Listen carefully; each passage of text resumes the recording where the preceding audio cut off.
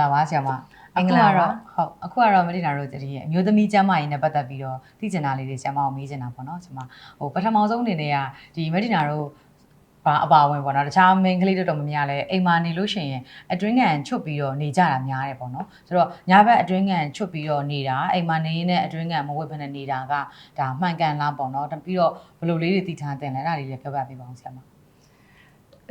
ကျမတယောက်တည်းအမြင်နဲ့ပြောရင်တော့မှန်ကန်ပါတယ်ပေါ့နော်။ဘာလို့လဲဆိုတော့ဒီအိတ်တဲ့ခါမှာအိတ်ဆက်မှုကိုအနှောက်ယှက်ပေးတဲ့ကြက်တွေဝတ်တဲ့ဟာကိုတော့ရှောင်ကျဉ်သင့်တယ်ပေါ့နော်။နောက်တစ်ခုကတော့ချွေးထွက်များပြီးတော့ဒီတင်းကျပ်နေတဲ့ဆိုးဆွတ်တဲ့ condition ကိုရှောင်ရှားတင်တယ်ပေါ့။ဘာကြောင့်လဲဆိုတော့အမျိုးသမီးတွေမှာအဖြစ်များတဲ့အဖြူဆင်းပြီးရားတာလေ။